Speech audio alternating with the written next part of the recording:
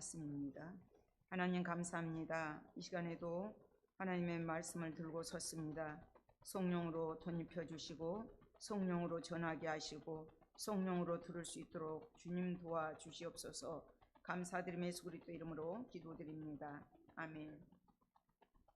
이번에 여행을 다녀왔습니다.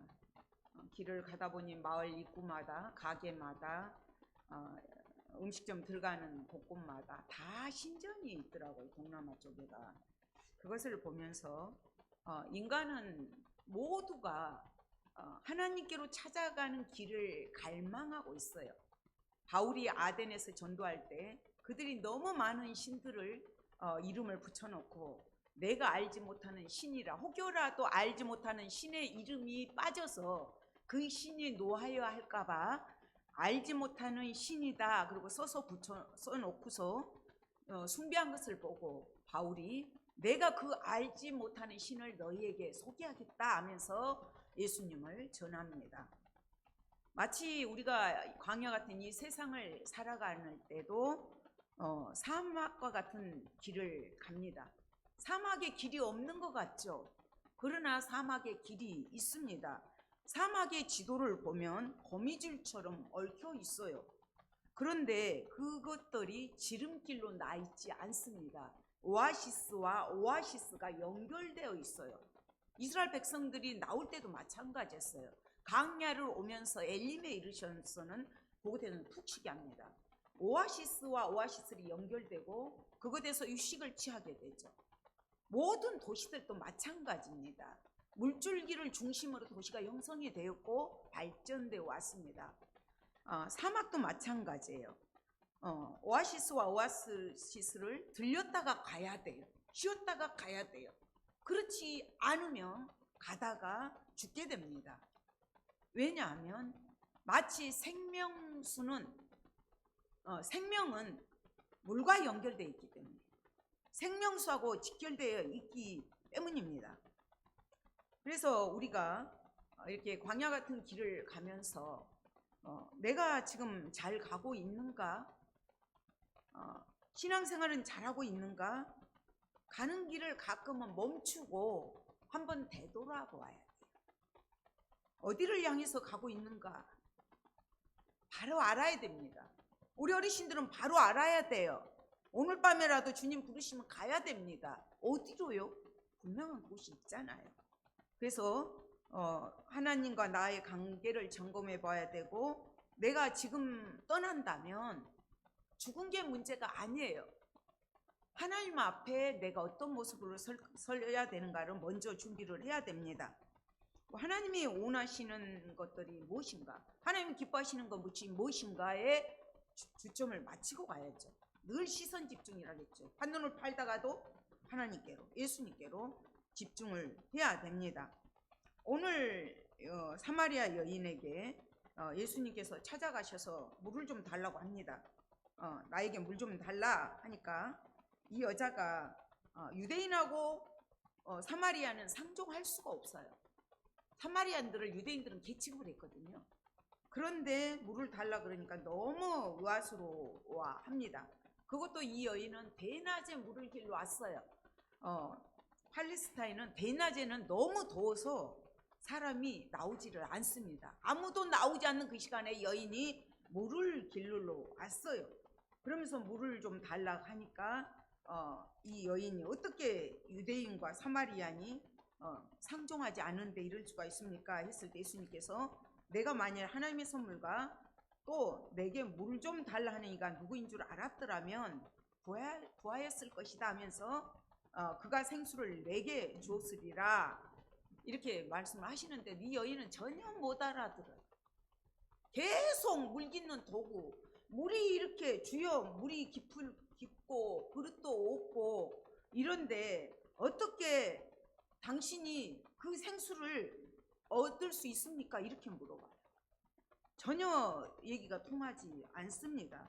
그랬을 때 예수님께서 내가 주는 물을 마시는 자마다 영원히 목마르지 아니하리니 내가 주는 물은 그 속에서 영생하도록 솟아나는 샘물이 되리라. 오늘 14절에 그 말씀을 하십니다. 영생하도록 솟아나는 샘물. 믿음을 가진 사람은 누구든지 그 속에서 성령님이 계시기 때문에, 성령님이 내주하시기 때문에 성령님께 순종함으로 갈급하고 메마른 심령을 위로받을 수가 있습니다. 오늘 이제 사마리아 여인의 신앙을 우리가 보면서 생수 좀 달라 했을 때 어떻게 줄 수 있느냐, 그랬을 때 예수님께서 지금 15절 때 이 말씀하십니다. 그런 물을 내게 주사 목마르지 않고 또 여기 물기로도 오지도 않게 하옵소서. 내가 주는 물은 그 속에서 영생하도록 솟아나는 샘물이 되리라. 영생하도록, 영원한 생명을 유지하도록 주는 물을 얘기합니다.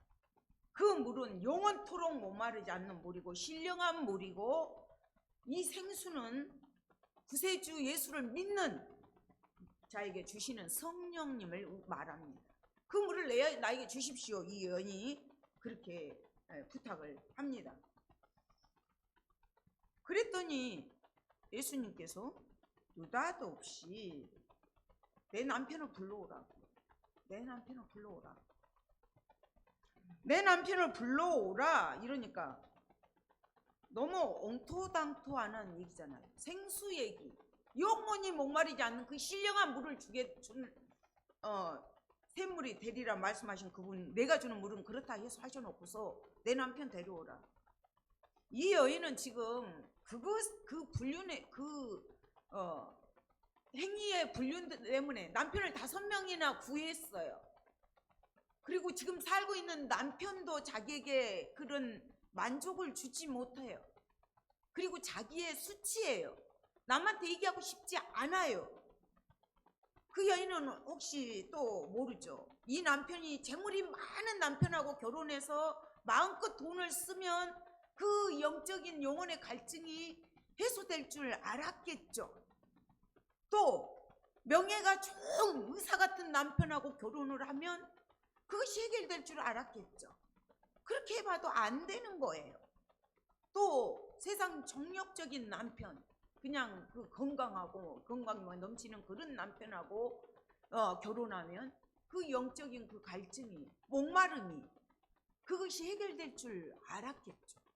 그런데 다 헛되고 헛된 거예요. 구하고 또 구하고, 이 남편하고 살아봐도 그렇지 않고, 저 남편하고 살아봐도 그렇지 않고, 지금 살고 있는 남편하고도 마찬가지예요. 예수님께서는 가장 치명적인 부분, 가장 치명적인 죄, 그 행실이 불량한 불륜의 죄를 들추십니다. 그거를 통해서 해결을 하고 영적 무지에서 하나님께로, 예수님께로 돌아오게 하시기 위해서 그런 말씀을 하신 것입니다. 그러니까 남편이 없다. 예수님께서 너에게 남편 다시 있었고 지금 믿는 자도 내 남편이 아니니 내 말이 옳다. 예수님은 다 알고 계셔요. 그 사람의 마음과 생각과 뜻도 다 알고 계십니다. 그런데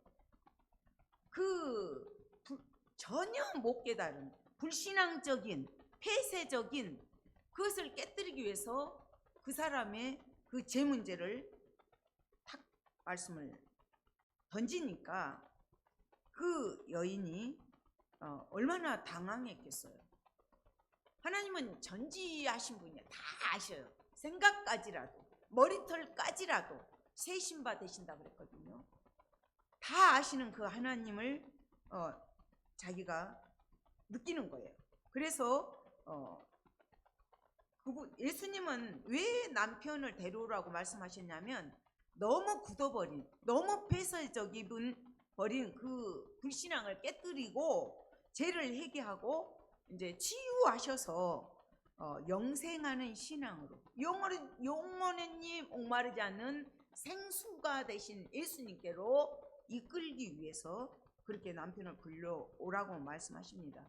대화가 너무 맥이 맞지 않죠. 생수 얘기를 하시다가 갑자기 남편 불러오라 그랬지만, 이 대화를 통해서 그 여인의 복잡한 과거를 통해서 예수님은 당신이 메시아라는 것을, 하나님께서 선지자라는 것을 이 여인에게 알려주기 위해서 과거를 들췄습니다. 뭐 나쁜 쪽으로 하시고자 하는 것들이 아니었죠. 거룩하신 그 주님을 만날 때는 먼저 우리가 해결돼야 부분들이 있죠. 제일 문제죠. 아까도 우리가 기도하면서 죄를 자백했지만, 우리가 우리 죄를 자백하면 그는 미쁘시고 우로우사 우리 죄를 사하시면 우리를 모든 불의에서 깨끗하게 하실 것이요. 그 죄 문제가 먼저 해결함을 받을 때 영안이 열려요. 예수님 이 땅에 오실 때 온 세상이 깜깜했어요. 유대인들 예수님 알아보지 못했습니다. 그 성경학자인 니고데모도 예수님을 알아보지 못했어요. 어떻게 해야 거듭납니까? 엄마 뱃속에 다시 들어갔다 나와야 됩니까? 그런 질문을 했거든요. 예수님께서 바람이 어디서 시작해서 분지로 모르지만 임의로 불어서 임의로 간다, 그렇게 말씀하셨어요. 그러니까 유대인들도 그토록 열렬하게 하나님을 섬겼지만 정녕 오시리라 한 예수님이 딱 이 땅에 오셨을 때는 알아보지를 못합니다. 이 여인 역시는 사마리아 여인이니까 알 수가 없는 거죠. 그래서 예수님께서는 내 말이 옳도다 했을 때 여자가 주여 내가 보니 선지자 소리로소이다. 모세가 같은 선지자를 기다리거든요. 바로 당신이 그런 선지자입니다, 이렇게 얘기를 합니다. 그러니까 예수님이 주시는 물은 영생하도록 솟아나는 샘물이고, 영생의 구원의 선물, 바로 생수는 참된 생명수이고 성령을 의미합니다. 우리가 자기들에게 고통이 다 있어요. 이 여인의 문제만이 아닙니다. 이 여인이 명예 있는 남편, 돈 있는 남편, 정력적인 남편, 그런 남편, 이런 남편이면 괜찮을까 했던 것처럼 우리 각자에게는 다 감추고 싶은 치명적인 것들이 있어요. 그러나 우리 주님은 내가 왜 고통스러워하는지, 내가 왜 슬퍼하는지, 내가 왜 아파하는지 다 우리의 형편과 처지를 아셔요. 나다나엘이 예수님께 왔을 때도 너가 무화과나 밑에서 기도한 것을 내가 보았다고 말씀하시거든요. 예수님은 다 보고 계십니다. 우리의 그 수치, 남에게 보이고 싶지 않은 거, 약점들이 있어요. 그것 때문에 우리는 주님을 더 찾게 되고, 주님은 말씀으로 그런 부분들을 치유해 주십니다. 그러나 그 여인은 남편들을 통해서 그걸 해결하려고 했지만, 이제 참 생수 대신 예수님께 왔을 때 이 목마름이 해결이 됩니다. 우리가 홍수 때 마실 물이 없는 것처럼 바닷 가운데서 먹을 물이 없잖아요. 똑같습니다. 이 땅에 살아가면서, 광야 같은 이 세상에서 살아가면서 늘 목말라 있어요. 인생은. 우리가 하나님께서 우리를 지으실 때 흙으로 짐승하고 똑같이 만드시고 사람에게만 그 코에다 생기의 바람을 훅 불어 넣으셨습니다. 그래서 인간은 하나님으로 채워지지 않으며 생수의 근원이 되시는, 영생하도록 솟아나는 샘물이 되신 예수님으로 채워지지 않으면 늘 갈증이 나요. 늘 갈증이. 찾고 또 찾고, 이거를 얻으면 될 것 같고 저거를 얻으면 될 것, 그래서 동서남북 어디 지구 끝에까지라도 가서 그것을 구하려고 하는 게 인간의 욕망입니다. 이 여인 역시도 그런 여인이었던 거죠. 그렇지만 자기의 모든 것들을 다 하시는 예수님 앞에서 여자가 내가 보니 선지자로소이다 고백을 하면서 예배의 문제를 달아요. 20절에서 우리 조상들은 이 산에서 예배하였는데 당신들의 말은 예배할 곳이 예루살렘이 있다 하더이다, 이렇게 물어봐요. 그러니까 사마리아인들은 바벨론에서 멸망하고 나서 그리심상에서 우상을 섬겼던 곳이에요. 그곳에서 사마리아인들은 그곳에서 예배를 드렸고, 유대인들은 오로지 예루살렘에서만 예배를 드렸습니다. 그렇다면 유대인들은 예배할 곳이 예루살렘에 있다 하더이다. 그리심상에서 예배 드린 것이 맞습니까? 예루살렘에서 예배를 드린 것이 맞습니까? 이렇게 물어봐요.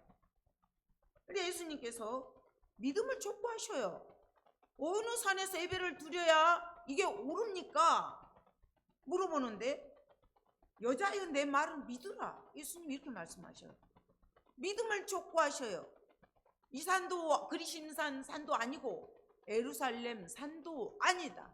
예배의 장소가 중요한 것이 아니라 예배의 대상이 중요하다. 누구에게 드리는 예배의 인가가 중요하다는 것을 말씀하십니다. 이것이 바로 믿음으로 눈이 떠져야 하는 거죠. 믿음의 눈이 떠지니까 알게 되는 거죠. 태초에 말씀이 계시니라. 이 말씀이 하나님과 함께 계셨으니 이 말씀은 곧 하나님이시니라. 말씀으로 계시를 해 주셨어요. 말씀대로 예수님은 오셨고 말씀대로 나타나셔서 선지자들이 애언했던 모든 것들을 이루십니다. 율법을 완성하십니다. 그러나 정녕 유대인들은 기다리고 기다렸던 그 예수님을 끝내 못 봤잖아요. 그런 어리석음을 범합니다. 그래서 예수님께서는 예루살렘에서도 말고 너희가 아버지께 예배할 때가 이르리. 그리심산 산도 아니다. 예루살렘 산도 아니다. 아버지께 예배할 때가 이르리라. 아버지께 예배할 때, 그 예배할 때가 온다는 거예요. 영으로 드릴 때가 온다는 거예요. 그런데 너희는 알지 못하는 것을 예배한다. 너희는 알지 못하는 것을 예배하고 우리는 아는 것을 예배한다. 이는 구원이 유대인에게서 남이라고 해서 너희는 알지 못한 것을 예배한다. 우리는 아는 것이란, 그 아는 것이 뭐예요? 말씀이에요. 말씀. 성령께서 우리를 내주하시기 때문에 우리는 우리의 몸으로 예수 그리스도를 통해서 예배를 드릴 수가 있어요. 영으로 드린 예배, 신령과 진정으로 드리는 예배, 성령으로 진리 대신 예수님의 이름으로 드리는 예배. 그래서 우리가 성전이에요. 장소에 구애받지 않고 어디서든지 아무 때든지 주님 앞에 예배 드릴 수 있는 거예요. 성령으로. 우리가 말씀은 모든 것들을 해결해 주셔요. 말씀이신 그분이, 생수이신 그분이, 영생하도록 솟아나는 샘물이 되신 그분이 수가성의 여인, 사마리아 여인을 만났을 때 대화 중에 그 해결이 돼요. 영혼의 갈증이 해결이 돼요. 오늘날도 마찬가지예요. 이렇게 똑같이 교회에 나와 계시지만 말씀을 모르는 것은 예수님께서 마귀의 자식이라고 해요. 마귀의 자식이라고 책망을 하십니다. 그들은 마귀에서 났기 때문에 거짓말을 한다는 거예요. 우리가 말씀을 알지 못하면 성경을 이윤용해요. 이단들 뭐 갖고 덤벼요? 이거 가지고, 성경 말씀 가지고 덤비거든요. 그런데 가만히 조금 기초적인 것만 안다면 물리칠 수가 있습니다. 똑같습니다. 오늘날도 우리가 기초적인 것을 모르기 때문에 거기에 넘어가게 되는 것이죠. 그래서 예배의 대상은 삼위일체 하나님, 성부, 성자, 성령 하나님께 예배를 드리는 거예요. 자기들이 예수라고 그러죠. 이단들은 자기가 예수래요. 예수님은 하나님이셔요.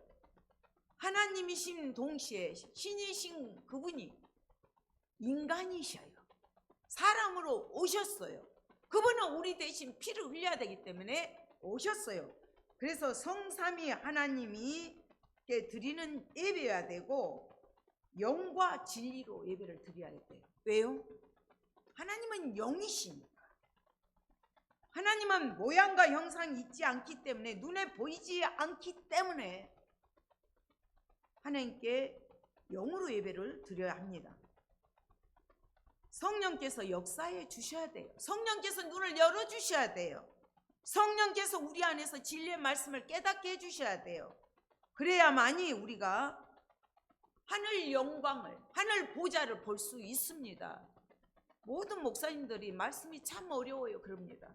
저 역시 말씀을 준비할 때마다 너무 어렵습니다. 혹여나 안다고 또 하다가 교만할까봐, 말씀에서 어긋날까봐, 말씀을 잘못 전할까봐 늘 두렵고 떨림으로 섭니다. 성령님이 역사해 주시지 않으면 우리는 잘못된 길로 갈 수밖에 없고, 성령님의 역사하심이 아니면 말씀을 말씀되게 받아들이지도 못합니다. 그렇기 때문에 우리는 하나님께 드리는 예배를 근본적으로 변화시킬 수 있는 시대가 열린 것이에요. 예수님이 오심으로 내가 가는 게 너희에게 유익되다. 내가 뭐 가면 보이사 성령을 너희에게 보낼 거예요. 예수님이 이 땅에 계신다면 예수님 계신 곳에만 찾아가야죠. 그러나 예수님께서 가시면서 보이사 성령을 보내주셨기 때문에 지금 어느 곳이 되든 구애받지 않고 언제든지 영으로 예배가 드릴 수가 있습니다. 장소를 띄워놓고 삶의 현장에서 우리의 몸으로, 우리의 성전인 우리가 영과 진리로 예배 드릴 수가 있습니다. 그렇다면 그 하나님은 우리들에게 이렇게 말씀하십니다. 23절에서 아버지께 참되게 예배하는 자들은 참된 예배, 진짜 예배, 신령한 예배, 영으로 드리는 예배, 하나님이 받으시는 예배, 그런 자들을 찾으신다는 거예요. 영과 진리로 예배할 때가 오나니 곧 이때라. 아버지께서는 자기의 이렇게 예배하는 자들을 찾으십니다. 하나님의 영이시는 예배하는 자가 영과 진리로 예배할지니라. 기준이 그 예배자, 하나님이 찾으시는 사람, 진리로 예배하는 자, 참된 예배를 드리는 자를 하나님 찾으신다는 거예요. 그렇다면 우리는 예배의 정신은 평등과 일치예요. 남녀노소 막론하고 귀족이나 노예나 높은 자나 낮은 자나 유대인이나 헬라인이나 똑같이 예배자예요. 하나님 앞에 평등하게 일치되게 예배를 드릴 수가 있어요. 왕이신 하나님 앞에 우리는 자녀, 그분의 자녀로서, 그분의 백성으로서 우리는 신분이 동일하기 때문에 일치된 마음으로 드릴 수가 있습니다. 예배의 본질은 드림이에요. 드림. 저도 지금 예배를 선포자로 드리는 것이에요. 예배는 드리는 것입니다. 이거는 서비스라고 그래요. 하나님을 경배하는 거, 하나님께 드리는 거. 그런데 우리는 은혜 받는 것을 먼저 우선적으로 여깁니다. 은혜는 그 나중에요. 나의 모든 삶을 드리는 거예요. 그리고 주님 앞에 드렸을 때 주님께서 하늘의 신령한 복들로, 땅의 기름진 복들로 부어 주십니다. 예배의 중심은 하나님이시죠. 예배의 중심은 하나님이 것이기 때문에 우리는 최고의 하나님께 내가 최상의 것을 드려야 돼요.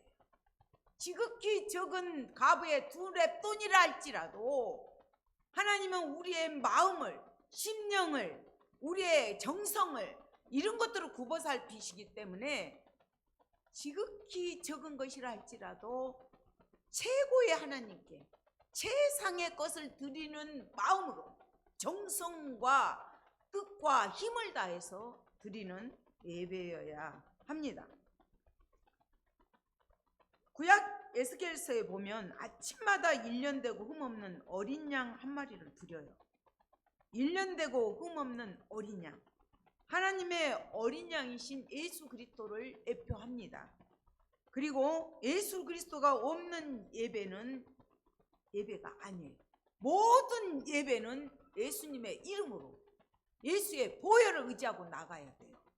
우리는 나갈 수가 없는 자예요. 예수님 십자가 달리실 때 성소 이장이 갈라짐으로 하나님께로 나아갈 수 있는 은혜가 임한 것입니다. 그렇기 때문에 우리는 모든 예배 가운데 예수님이 자중에 계셔야 되고, 또 예배 때마다 예수 그리스도의 십자가의 보혈로 덮어야 돼. 우리의 죄를 덮어주시고 또 덮어주시고 또 덮어주시고 그렇게 덮어주십니다. 그렇기 때문에 예수님은 우리의 믿음의 요구가 절실히 이 여인에게 요구했던 것처럼 요구하고 계십니다. 그리고 지금 이제 23절, 24절에서도 하나님의 영이신 예배하는 자가 영과 진리로 성령으로 드리는 예배, 진리이신 예수님으로 드리는 예배를 받으십니다. 25절에 그랬을 때 여자가 이르되 메시아 곧 그리스도라 하는 이가 오실 줄을 내가 아노니 그가 오시며 모든 것을 우리에게 알려주실리이다. 메시아 그리스도 그분이 오실 것입니다. 이렇게 얘기를 합니다. 그러니까 성령으로 나지 않고는, 거듭나지 않고는 하나님 나라를 볼 수가 없습니다. 성령님은 우리를 믿게 하는 보혜사기도 하지만 성령께서는 우리가 하나님 나라에 들어갈 수 있게끔 통로가 되어주셔요. 통로가.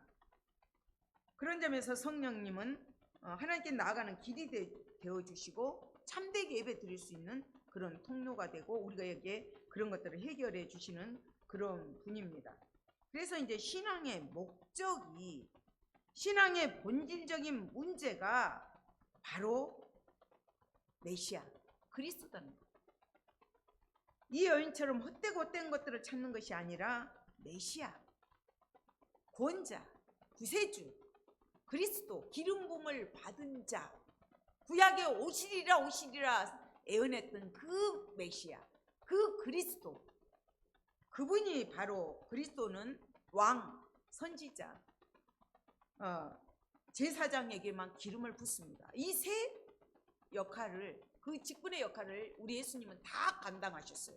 왕으로서, 선지자로서, 제사장으로서 우리를 대신해서 다 그 역할을 감당하신 분입니다. 그랬더니 그 여인이 그가 올 줄은 알고 있다는 거예요. 그랬을 때 예수님께서 내가 그라, 내가 그 메시아, 내가 그 그리스도다 말씀을 하십니다. 그랬을 때 그 여인이 뒷부분에서 모든 것들을 버려두고, 물동이를 버려두고 나아갑니다. 내가 그 사람을 만났다, 메시아를 만났다. 29절에서 이렇게 말을 해요. 내가 행한 모든 일을 내게 말한 사람을 와서 보라. 이는 그리스도가 아니냐. 내가 그리스도를 만났다 하면서 바로 전도하러 나가요. 그렇기 때문에 이것이 인간에게는 가장 본질적이고 근본적인 문제예요. 영혼의 갈증, 생수 대신 영생수가 되신 예수님으로 말미암지 않고는 해결할 수가 없습니다. 태초부터 계신 예수님, 말씀이신 그분이 우리와 함께 계시고 그분이 십자가의 죽으심으로 예배의 길을 열어주셨어요. 그래서 우리는 이 산에서 저 산에서가 아닌 성령으로 아무 때나 아무 데서나 예배로 나아갈 수가 있습니다. 우리는 예수님이 누구신지를 늘 기억해야 되고 그 말씀을 믿어야만이 영원히 목마르지 않습니다. 요즘에 우리가 이제 인터넷이 발달되면서 미국의 그 미래학자 니콜라스카는 이런 말을 했어요. 지금 인터넷을 하고 있는 일로 보이는 것은 집중과 묵상을 위한 나의 역량을 깎아먹는 것이다. 인터넷은 정신 집중을 가로막고 방해하는 시스템으로서 의도적으로 주의를 분산시키고 고안된 기계다. 누가 핸드폰이 손 안에서 전철을 보십시오. 전철 타보면 아이들까지도 오라 그래요. 이런 시대에 살고 있습니다. 그렇기 때문에 우리가 집중하고 하나님께로 집중하고 하나님의 말씀을 묵상하는 것들을 다 빼앗겼어요. 그래서 손양원 목사님은 옥중에서 기쁨의 예배를 드리면서 이런 말씀을 하셨어요. 빈방 홀로 지키니 고적함이 밀려오느라 성삼이 함께하여 내 식구가 되었도다. 당신은 혼자 골방에 있는 것이, 감옥에 있는 것이 아니었다. 삼위일체 하나님이 계시기 때문에 내 식구가 되었다. 그렇기 때문에 당신은 밤 깊고 옷 깊고 마음 가득 수심도 깊다. 밤 깊고 옷 깊고 마음 가득 수심도 깊으니 주와 함께 동거하니 기쁨이 충만하다. 주님하고 함께 옥중에 있을지라도 함께하기 때문에 그 생명수 되신 예수님으로 영생하도록 솟아나는 샘물로 채워지기 때문에 옥중에서도 외롭지 않고 그분과 늘 교제하기 때문에 샘솟는 그 기쁨이, 그 충만함이 솟아난다고 고백을 했습니다. 광야 같은 이 세상을 우리는 살아가고 있습니다. 이 광야를 갈 때 오아시스에 들려가는 사람은 무사히 광야를 통과해서 가나안 땅에 들어갈 수가 있습니다. 그렇지 않은 사람은 광야에서 무덤이 생기게 됩니다. 그러면 오늘날 광야는 무엇입니까? 광야를 지날 때 서둘러도 안 돼요. 조급해도 안 돼요. 더 빨리 목적지에 도달하겠다고 해서도 안 돼요. 오늘날 광야는 교회입니다. 교회. 우리 모두 인생의 오아시스가 되는 교회. 교회에 오셔서 영원한 생명수 되신 예수님을 통해서 영생수가 되신 예수님의 주시는 그 생수를 받아 마셔야 합니다. 그래야 쓰러지지 않고 우리 앞에 놓인 인생의 광야를 무사히 통과할 수가 있습니다. 에스겔서 47장에 보면 성전 물지방에서 생수가 흘러 넘칩니다. 그 생수가 발목, 무릎, 허리까지 넘쳐서 흘러서 척박한 땅 사이까지 흘러 들어가요. 그 물이 갯벌을 살리고 나무를 살리고 열매를 다 맺게 합니다. 그 말씀이 가는 곳곳마다, 생수의 강이 가는 곳곳마다 하나님의 나라가 임합니다. 이것이 바로 오늘날 복음이에요. 예수 그리스도로 말미암아서 척박한 곳이랄지라도 복음이 들어가는 곳에는 늘 넘치는 기쁨이, 평강이, 성령 충만함이 늘 있습니다. 우리도 이런 영생수로 채워지는 그런 충만한 삶을 살아가기를 소망합니다. 주님 감사합니다. 광야 같은 이 땅을 살아가면서 영원히 샘솟는 생수가 되신 예수님으로 말미암지 않고는 넘어지고 쓰러지고 지치고 허덕이며 갈망할 수밖에 없습니다. 이 사마리아 여인처럼 남편을 얻고 또 얻어도 만족함이 없음을 고백합니다. 우리의 영생수가 되신 예수님으로 말미암아 하나님 늘 성령 충만함으로 주님과 깊은 내조함으로 하나님 영적 가람이 해소되는 것들을 경험하면서 감사하면서 소가성의 여인처럼 와보라, 그리스도와 그분을 내가 만났다 전도할 수 있는 저희들 되게 도와주시옵소서. 감사드리며 예수 그리스도 이름으로 기도드립니다. 아멘.